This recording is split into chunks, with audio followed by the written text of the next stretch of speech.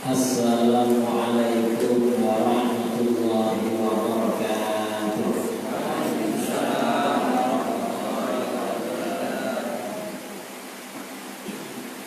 Bismillahirrahmanirrahim. Alhamdulillahilladzi arsala rasulahu bil huda wa dinil haqq liyudhhirahu 'ala dini kullihi wa kafaa billahi shahida. Asyhadu an la ilaha illallah wahdahu la syarika lahu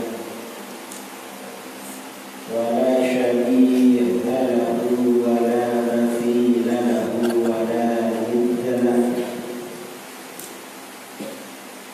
Wa asyhadu anna sayyidana Muhammadan 'abduhu wa rasuluhu arsalahu Allahu rahmatan lil 'alamin basyiran wa nadhiran wa da'iyan ila Allah bi'idhnihi wa sirajan munira. Wassalatu wassalamu al-atamman al-akmalan ala sayyidina Muhammadin alladhi tanhallu bihi al-'aqad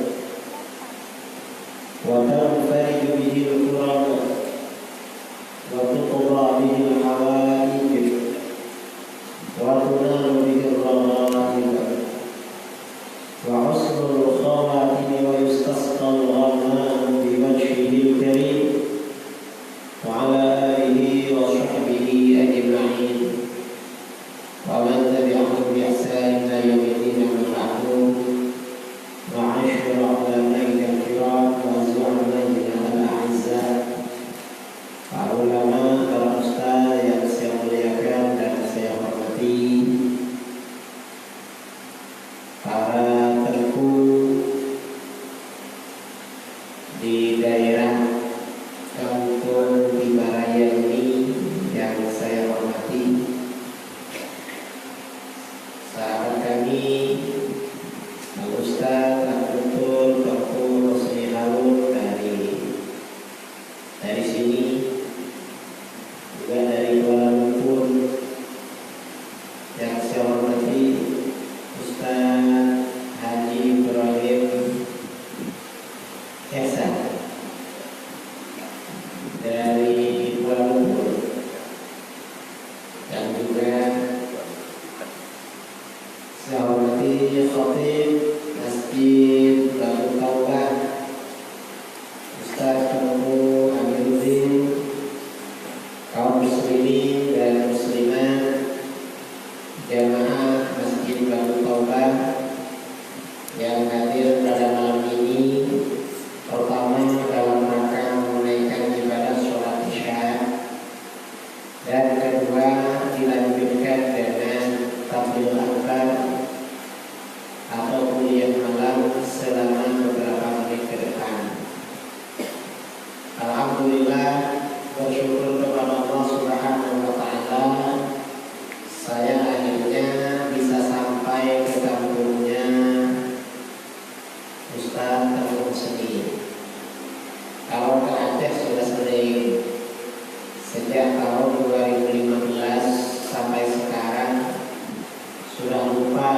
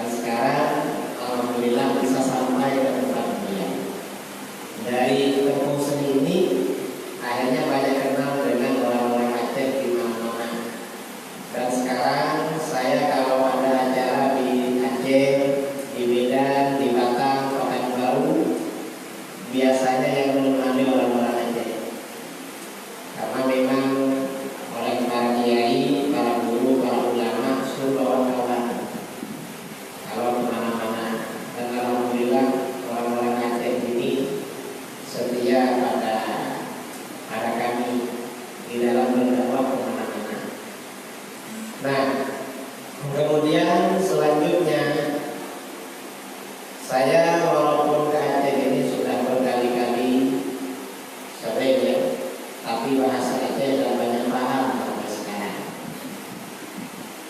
Yang paham cuma anak ping, anak ilmu, lainnya nggak tahu. Tahun kemarin saya diajak umroh oleh kawan-kawan dari Aceh. Yang bukan dari Aceh cuma saya. Mulai dari Medan sampai Mekah, Madinah, orang ini kalau ngobrol bahasa Aceh, saya nggak paham sendirian. Akhirnya waktu itu Abi Budi ngajak saya minta antar siar kepada para ulama tingkah. Saya ngajak kawan saya dari Madura yang tinggal di sana. Akhirnya saya setiap berbicara dengan beliau pakai bahasa Madura. Dan orang Aceh gak ada yang paham sampai pulang. Nah, tadi kita lanjutkan ya pada tema pembicaraan kita pada malam ini. Di dalam Al-Quran kita akan membicarakan tentang poin penting yang dapat menyatukan umat Islam. Karena sekarang ini umat Islam ini yang diperlukan itu persatuan. Umat Islam ini bukan sedikit ya. Di mana? Di Timur Tengah ada Palestina. Sebenarnya orang Palestina kalau dikeroyok-keroyok sama orang Arab itu nggak perlu ditembak, dikencingi baru-baru tuh habis. Tetapi orang Arab malah jangankan memerangi Yahudi, yang diperangi malah sesama umat Islam. Jadi umat Islam tidak bersatu. Nah, mengapa umat Islam ini tidak bersatu? Ada hal-hal penting di dalam Islam yang kurang disadari. Umat Islam ini mudah mengkafirkan, mudah menyesatkan, mudah mensyirikkan. Ini problem. Mengapa ini menjadi problem? Umat Islam merupakan lupa ya terhadap prinsip yang paling mendasar di dalam agamanya. Di dalam Al-Quran surah Al-Imran 110 dikatakan kuntum khayra ummatin ukhrijat linnas ta'muruna bil ma'ruf wa tanhauna 'anil munkar wa tu'minuna billah. Kamu adalah sebaik-baik golongan yang dikeluarkan kepada manusia, yang dilahirkan kepada manusia. Kamu ini maksudnya siapa? Umat Islam. Jadi ayat ini menyampaikan bahwa umat Islam ini sebaik-baik golongan. Artinya sebaik-baik golongan umat Islam ini lebih baik daripada umatnya nabi-nabi sebelumnya. Umatnya Rasulullah itu lebih afdal daripada umatnya Rasul-Rasul sebelumnya. Umat Islam ini lebih afdal, lebih mulia di sisi Allah dibandingkan umatnya Nabi Nuh, dibandingkan umatnya Nabi Musa, dibandingkan umatnya Nabi Isa, dibandingkan umatnya Nabi Idris, dibandingkan umatnya Nabi Syuaib dan nabi-nabi yang lain. Ini umat Islam. Jadi umat Islam ini lebih mulia daripada umat-umat terdahulu. Karena umat Islam ini lebih mulia daripada umat-umat terdahulu, Rasulullah SAW bersabda, "Antum tufuna sab'ina ummatan." Kamu umatku, kalian umat Islam yang menyempurnakan 70 golongan umat manusia. Jadi kalau umat beragama ini dihitung sejak umatnya Nabi Adam, lalu umatnya Nabi Idris, dan nabi-nabi berikutnya itu 70. Nah, dari sekian puluh, dari 70 ini, sabda Rasulullah, "Antum khairuha wa aqrabuha 'ala Allah azza wa jalla." Kamu umatku adalah yang terbaik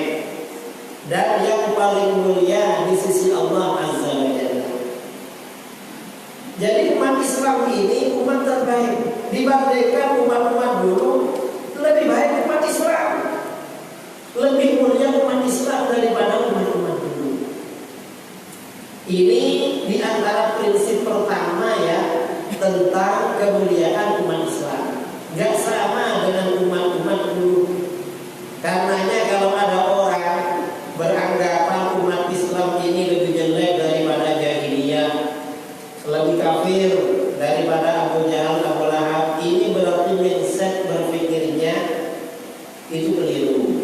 Mengapa? Ini nggak ngerti keutamaan umat Rasulullah SAW. Nah, karena umat Islam ini umat yang terbaik, maka umat Islam ini punya banyak keistimewaan. Apa saja keistimewaan umat Islam? Yang pertama, umat Islam ini adalah umat yang dirahmati Allah, umat yang disayangi Allah, umat yang dikasihi Allah.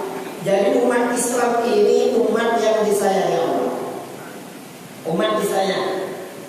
Di dalam Al-Quran Allah berfirman, "Tsumma awrathnal kitaba alladziina istafaynaa min ibadina, faminhum zalimun li nafsihi wa minhum muqtasid, wa minhum sabiqun bil khairati biidznillah, dzalika huwal fadlul kabir." Kemudian kitab Al-Quran ini kami turunkan, kami wariskan kepada orang-orang yang kami pilih di antara hamba-hamba kami. Jadi Al-Quran oleh Allah diwariskan kepada orang-orang yang dipilih. Artinya apa?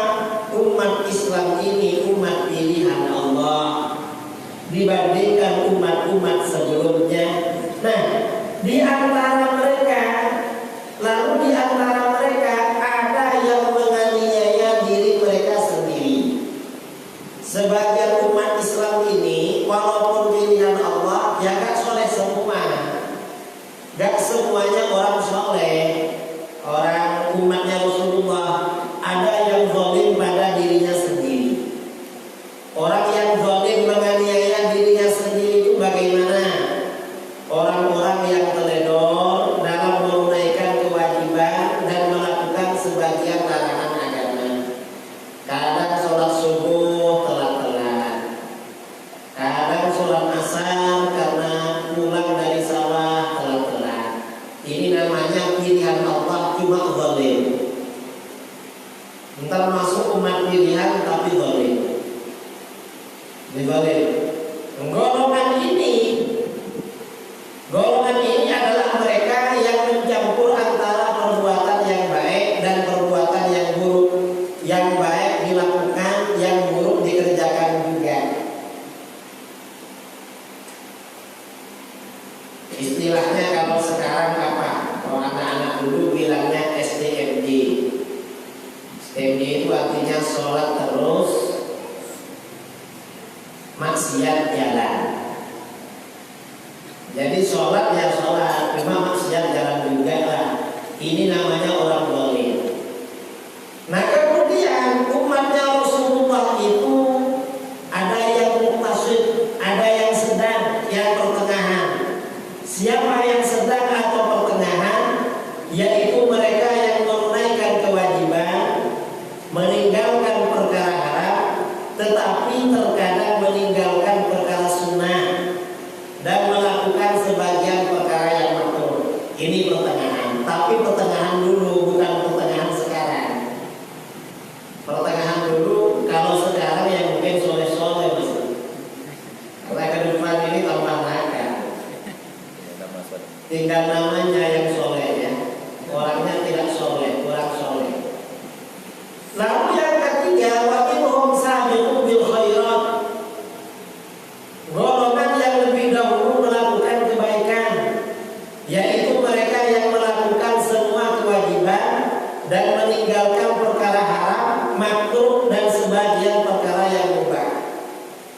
Jadi kewajiban dilakukan semua, amalan sunnah dikerjakan semua, haram ditinggalkan semua, makruh ditinggalkan. Ini adalah maqam para auliya.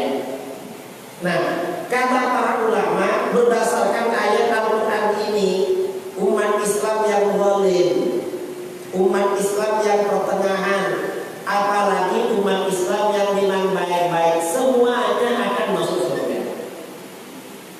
Jadi umat Islam ini akan masuk surga. Jadi kata para ulama salaf mengatakan, as-sabiqu bil khairat yadkhulul jannata bighairi hisab. Orang yang berlomba-lomba dalam kebaikan, para aulia dan orang-orang soleh masuk ke surga pemeriksaan. Jadi kalau yang baik-baik, wal muqtasid yadkhulul jannata bi rahmatillah.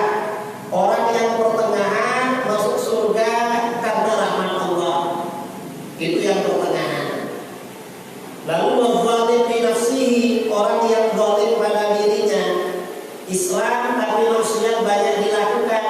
Yadkhulunal jannata bi syafaati Muhammadin sallallahu alaihi wasallam. Mereka akan masuk surga dengan berkat syafaat baginda Nabi sallallahu alaihi wasallam. Nah, ini artinya apa? Umat Islam itu akan masuk surga semua. Ya macam-macam lah. Ada yang masuk surganya duluan. Ada yang masuk surganya masih ditahan di pintu surga. Di pintu surga ratusan tahun. Ada yang lebih lama lagi ditahan. Belum masuk bertahun-tahun. Ya bukan cuma bertahun-tahun, puluhan atau ratusan tahun lamanya ditahan. Tapi masuk surga segera. Nah, kita ini harus ingin, harus punya keinginan masuk surga duluan. Jangan yang penting masuk surga walaupun belakangan. Jangan gitu. Jangan yang penting masuk surga. Kalau kerja gak apa-apa, yang penting oleh. Kamu kerja dan rajin, yang penting berapa? Gak apa-apa kalau kerja dunia. Tapi kalau surga, yang penting masuk surga walaupun belakangan. Itu kalau dunia ya. Nah, jadi umat Islam ini memang umat pilihan, umat disayang oleh Allah. Di dalam hadis lain, ummati hadhihi ummatun marhumah. Umat Islam ini adalah umat yang dirahmati Allah. Laisa 'alaiha 'adzabun fil akhirah. Umat Islam ini tidak akan diazab oleh Allah di akhirat. Dan diazab. Adzabun fid dunya, azab yang menimpa mereka di dunia. Apa saja? Al-fitan, fitnah, ujian macam-macam dari mana-mana. Diganggu tetangga, disakiti tetangga, ditipu kawannya sendiri. Kemudian di hutan lalu dibawa lari sama yang pinjam ya. Itu namanya fitnah kan? Ya pokoknya hal-hal yang mengganggu itu namanya fitnah. Itu untuk menebus dosa. Kemudian wazalasil, termasuk azab bagi umat Islam ini adalah zilzal. Zalzal ini artinya gempa, goyang-goyang. Kalau sudah gempa ini Aceh tempatnya. Saya ini ke Aceh 3 kali disapa gempa. 3 kali pas ceramah di Mudi, di masjid, kira-kira dapat 1,5 jam. Anak-anak di masjid kok diam semua. Anak-anaknya Pak Khosyuk, kenapa? Ada gempa Pak Yai. Saya berdiri sambil goyang-goyang, jadi gak terasa. Karena yang ceramah goyang juga. Gimana gempanya? Tadi katanya. Sekarang sudah gak ada. Sudah, kalau gak ada diteruskan. Dulu tahun 2016. Lalu setelah itu 2016 juga. Pas mau ceramah di Tamiang, habis isya makan-makan goyang-goyang juga. Apa ini mau makan ini? Mau ceramah maulid goyang. Lalu malamnya mau tidur goyang lagi. Ini nakut-nakuti begini ini. Kita ini kalau takut terkejut ya dosanya dikurangi oleh Allah. Yang penting takut. Apalagi sampai kena tsunami, tambah banyak yang diampuni. Tapi jangan minta itu. Mudah-mudahan kita ini dijaga oleh Allah. Kemudian wal-qatlu termasuk dibunuh. Dibunuh itu termasuk penebus dosa. Ya, yang membunuh siapa? Saudaranya sesama muslim. Dibunuh dengan orang-orang yang seagama itu termasuk penebus dosa. Seperti orang-orang Aceh dulu yang dibunuh. Ada yang dibunuh TNI, ada yang dibunuh GAM, sama-sama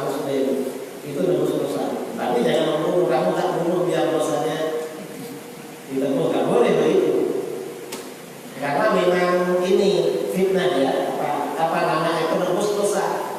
Dan sekarang ini yang banyak terjadi di timur, di daerah tengah ya. Dulu kepalanya Aceh, ini kepalanya Indonesia. Jadi dulu yang pusing gempa-gempa kepalanya, lalu pindah ke perutnya Lombok, lalu pindah ke perutnya lagi satunya Palu, Sulawesi, dan itu semuanya umat Islam ya.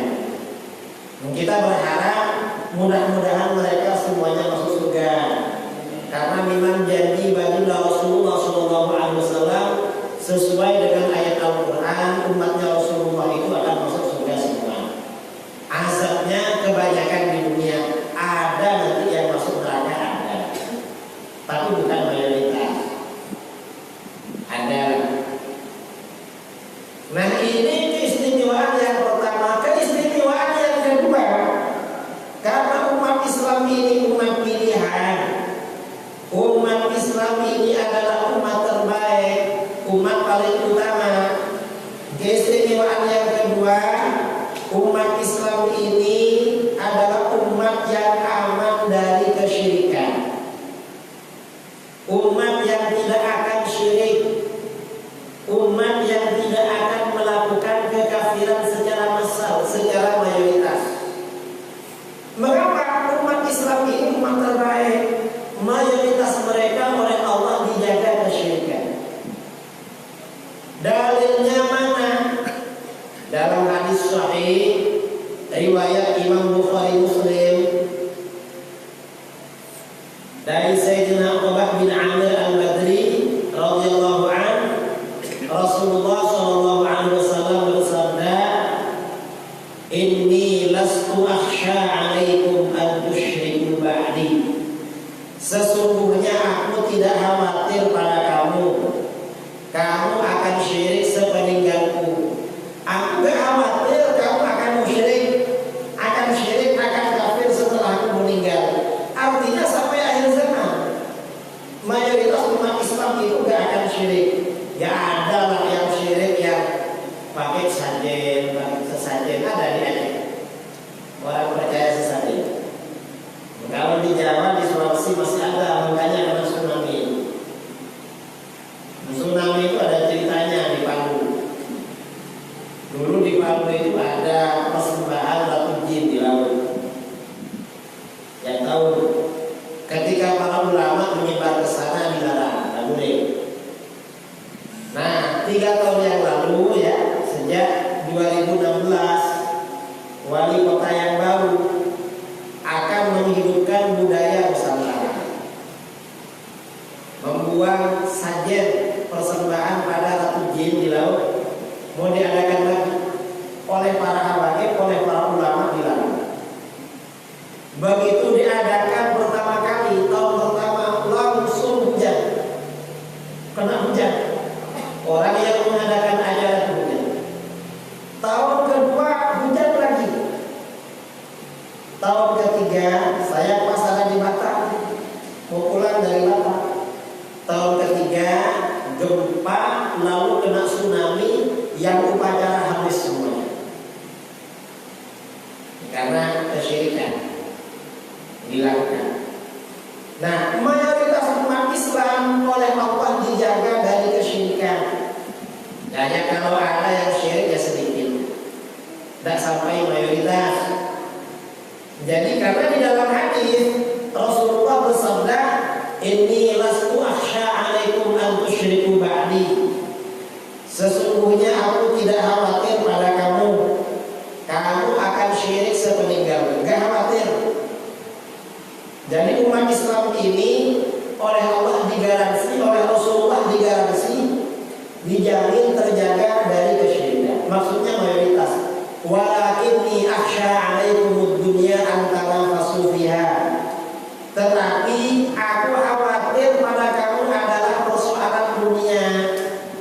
Yang aku khawatirkan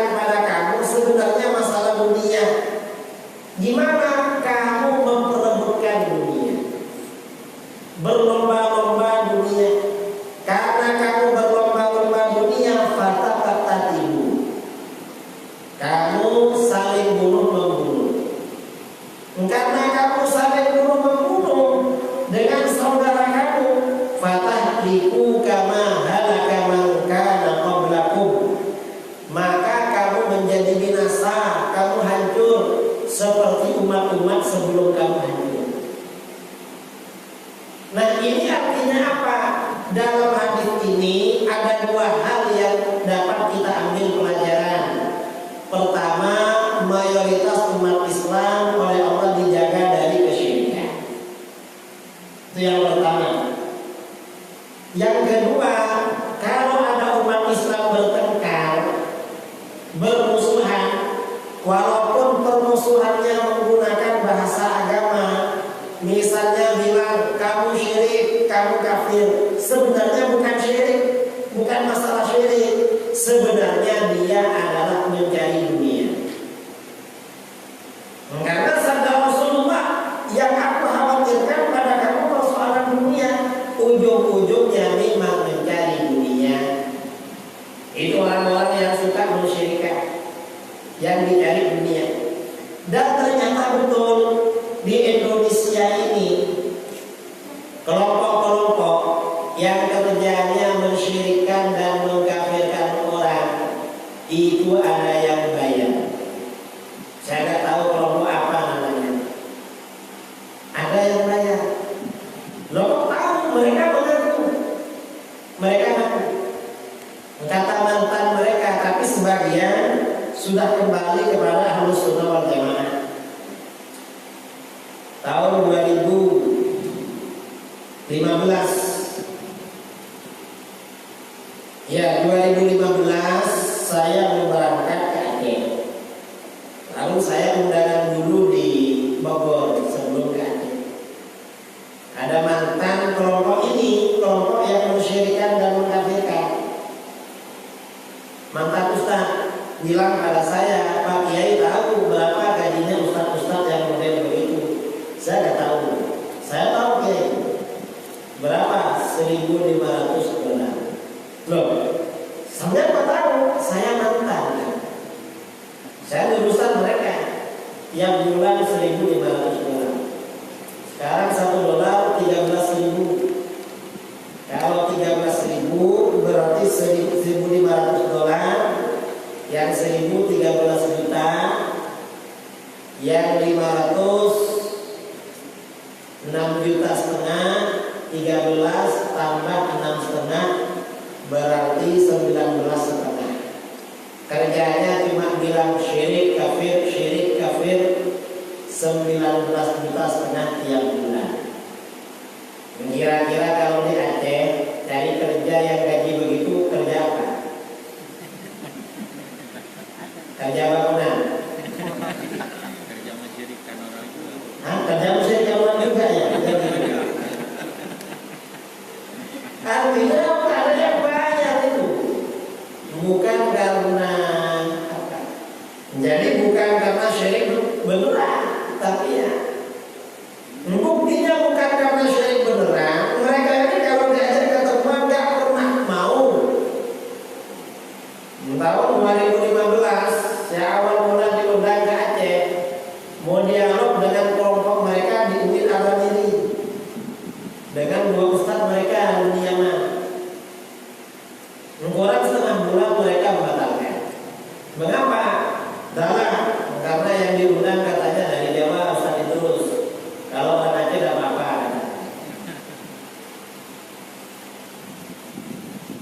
Mereka gak mau. Setelah saya datang ke sini katanya keluar kota. Kalau bilang syirik beneran, mestinya kamu ketemu mananya yang syirik. Kalau kita memang dianggap syirik, mari ketemu. Ternyata mereka gak mau ketemu. Oh, berarti ini bukan syirik, bukan masalah syirik kafir sebenarnya. Ini syirik bahasa Indonesia. Syirik bahasa Indonesia itu artinya apa?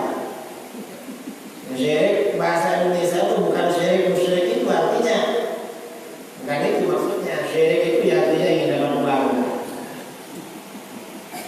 Ini kelompok yang mensyirikkan orang yang perlu kita. Ini gak tahu keutamaan umatnya Rasulullah. Rasulullah ini umat terbaik, khairul ummah. Karena khairul ummah mayoritas mereka dijaga oleh Allah dari kesyirikan. Ini memang dijaga. Nah, amalan-amalan yang disyirikan itu biasanya mengikuti amalan istighatsah, tawassul, tabarruk. Padahal itu ajaran Al-Quran, ajaran hadis. Itu yang mereka syirikan. Termasuk yang mereka syirikan adalah amalan sholawat yang saya baca, yaitu sholawat nariyah. Orang baca sholawat nariyah, kata mereka berarti menabung untuk masuk ke neraka. Loh, orang baca sholawat ingin masuk surga, dibilang ini mengantarkan dirinya ke neraka. Mereka ini kayak sudah pegang kuncinya surga. Kita gak boleh masuk. Ini mereka. Tapi alhamdulillah, setelah kita ini sering memberikan pencerahan, ceramah-ceramah Ahlus Sunnah wal Jamaah di mana-mana, melalui ceramah juga melalui tulisan-tulisan. Setahun yang lalu saya menulis buku tentang dalil-dalil sholawat nariyah.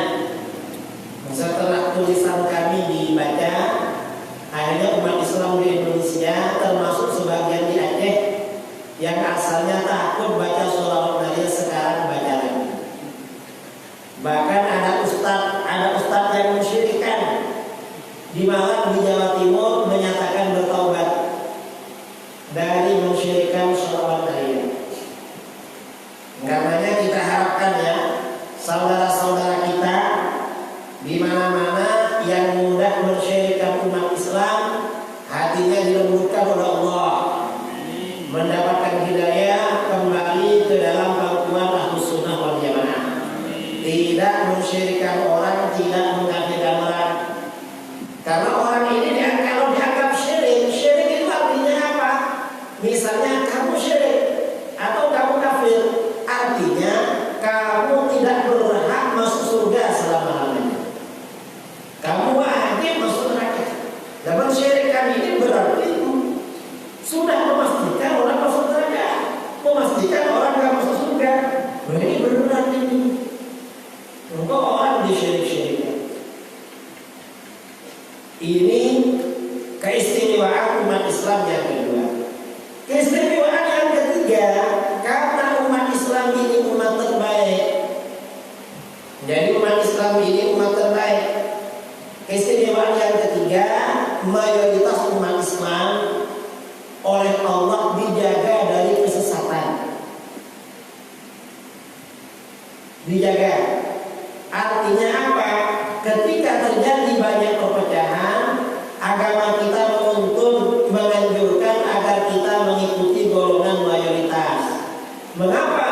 Golongan yang mayoritas ini golongan yang dijaga oleh Allah dari kesesatan.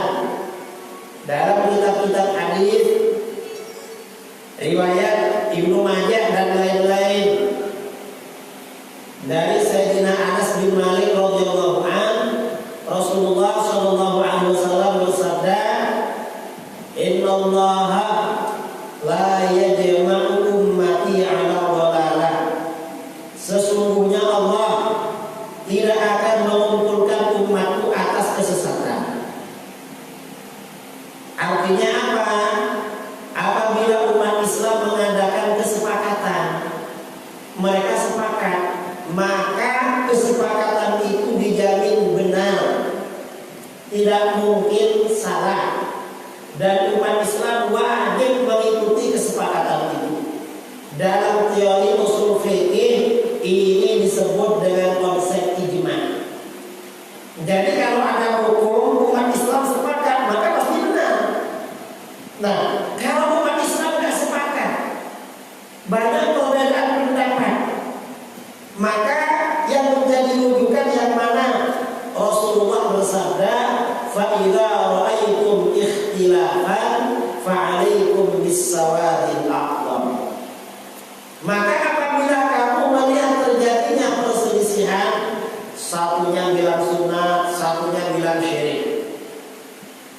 satunya bilang bid'ah yang sesat, satunya bilang bukan bid'ah yang sesat, tapi bid'ah hasanah. Kalau terjadi perbedaan-perbedaan begini, tuntunan dan pesan baginda Rasulullah SAW ikuti golongan mayoritas. Nah, ini artinya apa?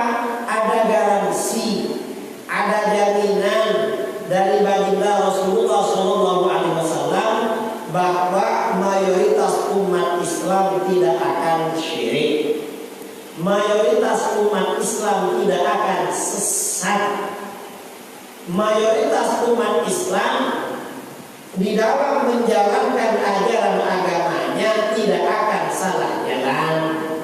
Karena itu dari beberapa poin ini, kalau ada orang atau ada kelompok lalu ajaran kelompok ini mensyirikkan mayoritas umat Islam, berarti ini pertanda kelompok yang tidak benar. Yang pertama, jadi kalau ada golongan atau ada orang pendapatnya menyalahkan banyak orang, loh ini hebat, ini menyalahkan banyak orang, yang disalahkan Abu Nubi, yang disalahkan Walid Nuh, yang disalahkan abu-abu yang alim-alim, Abu Tumit, yang siang malam memang yang dibaca kita sejak masih kecil, yang menyalahkan baru belajar. Ini hebat sekali, ini baru belajar kok menyalahkan orang, mensyirikkan orang. Karenanya hati-hati dengan ini hati-hati. Kemudian yang kedua, kalau ada orang atau kelompok menyesatkan mayoritas umat Islam, sebenarnya ini pertanda bahwa dia atau kelompok dia sebenarnya pengikut aliran sesat. Karena mayoritas umat Islam oleh Rasulullah digaransi tidak akan sesat. Justru yang sesat kelompok yang menyesatkan mayoritas umat Islam. Karena ini garis merah memang. Ini tidak boleh dilanggar. Ini al-hukum ahmad, garis merah, tidak boleh dilanggar. Ya walaupun mereka yang mensyirikkan, yang menyesatkan, mereka propagandanya kembali pada Quran dan hadis, itu hanya propaganda. Orang-orang yang ini hanya propaganda kembali pada Quran dan hadis. Karena setelah kita teliti, kembali pada Quran itu bukan kembali kepada seluruh ayat-ayat Al-Quran seperti yang ditafsirkan oleh para ulama ahli tafsir generasi salaf dan generasi penerus mereka yang soleh-soleh. Kembali pada Quran versi kelompok mereka biasanya kembali kepada sebagian ayat saja, nggak sampai satu ayat. Ada ayat Al-Maidah ayat 3 itu panjang sekali, kira-kira lebih 5 baris, entah berapa baris tadi, tidak sempat menghitung barisnya. Ini yang dipakai setengah baris, padahal ayatnya panjang. Ayat apa? Yang dibawa kemana-mana ayat al-yawma akmaltu lakum dinakum. Hari ini aku sempurnakan bagimu agamamu. Ini ada yang sering dibawa-bawa. Bulan Rabiul Awal, umat Islam di Aceh mengadakan Maulid Nabi. Nanti mereka teriak-teriak haram Maulid. Mengapa haram? Rasulullah dulu gak pernah ngadain Maulid. Kalau memang sudah Rasulullah mengadakan acara Maulid, coba tembus siapa yang diundang untuk ceramah? Gak ada kan dalam kitab hadis. Dan agama sudah sempurna, gak perlu ditambah-tambah. Kalau gak percaya agama sempurna, dosa. Dalilnya al-yawma akmaltu lakum dinakum. Hari ini aku sempurnakan bagimu agamamu. Nanti bulan Rajab Isra Mi'raj Arab. Mengapa? Rasulullah gak pernah merayakan Isra Mi'raj. Dan agama sudah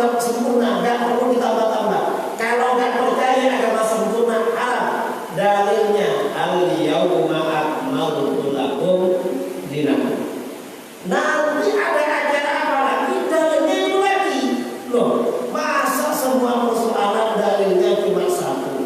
Katanya kembali pada Quran, kok cuma satu ayatnya? Itu pun nggak sampai satu ayat,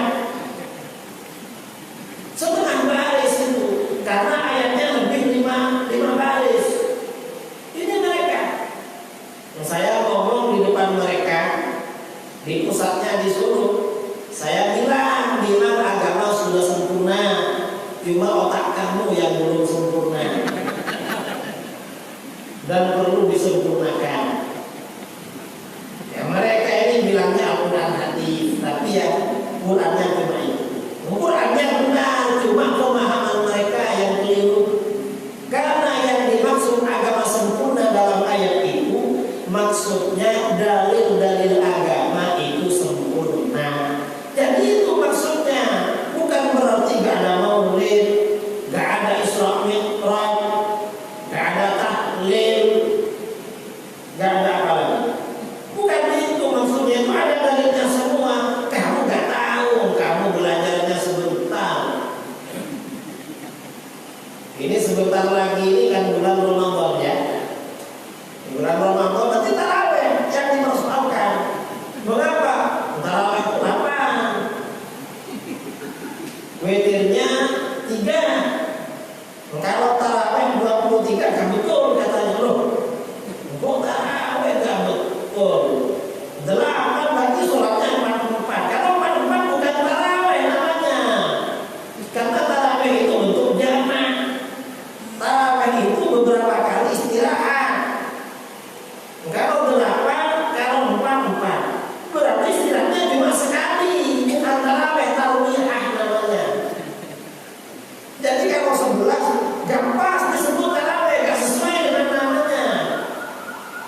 Yang namanya tarawih sejak dulu 23. Mengapa para ulama bilang tarawih 23? Karena 23 ini yang berlaku sejak masa Khulafaur Rasyidin, yaitu sejak masa Sayyidina Umar, Sayyidina Uthman, Sayyidina Ali bin Abi Thalib. Sejak masa itu ditetapkan 23, angkanya 23. Lalu mereka bilang ada hadis dalam Bukhari dari Aisyah radhiyallahu anha. Gimana hadisnya? Maka Rasulullah SAW yazidu fi Ramadan wala fi ghairi ala 11 rakaat. Rasulullah gak pernah melebihi, baik di bulan Ramadan maupun di luar Ramadan, lebih dari 11 rakaat. Loh, Rasulullah gak pernah lebih. Jawaban kita, itu bukan dalilnya tarawih. Ya kalau kamu mendalilkan tarawih dengan itu ya gak pas, karena itu bukan dalil tarawih. Bukan dalil dipasang-pasangkan, ya gak pas lah. Ini mereka, karena sebentar lagi pasti ngomong lagi mereka. Ini kemarin udah ada yang viral ya dari Aceh, kelompok mereka di Aceh. Imam Syafi'i melarang zikir nyaring setelah sholat. Katanya dalam kitab entah kitab yang mana, mungkin karena itu artinya umi dan ibu. Entah kitab yang mana. Karena di kitab ada hadisnya, Rasulullah itu setiap selesai sholat zikirnya paling nyaring. Ini kitab katanya melarang. Ini sekarang, baru sekarang ada orang bilang Imam Syafi'i melarang zikir nyaring setelah sholat. Padahal zikir nyaring ini berlangsung sejak masa Rasulullah. Rasulullah itu kalau zikir suaranya paling nyaring. Jamaah sampai belakang dengar semua. Kalau tadi tembusnya pelan itu. Tapi gak apa pelan karena sudah ada mikrofon. Orang gak dengar. Para sahabat kalau zikir selepas sholat, habis sholat juga nyaring. Zikir nyaring sejak masa Rasulullah. Kok sekarang ada orang yang melarang zikir nyaring? Sejak dulu Rasulullah, semua zikir Rasulullah dibaca nyaring. Buktinya nyaring, para sahabat hafal zikir apa saja yang dibaca Rasulullah.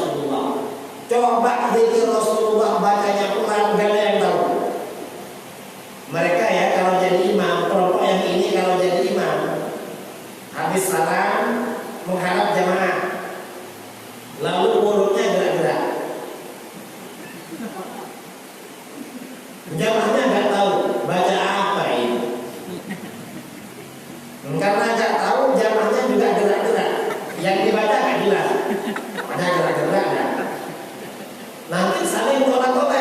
Mana ada yang turun duluan, lalu yang lain turun berjamaah. Ini katanya sunnah yang begini. Kalau zikir nyari katanya nggak sunnah. Loh, ini kok dibolak-balik ini sekarang. Ya, kelompok yang bilang kembali pada Quran hadis, tapi nggak pernah belajar Quran hadis. Kalau ulama-ulama yang belajar Quran hadis nggak ngomong begitu. Ini Qurannya.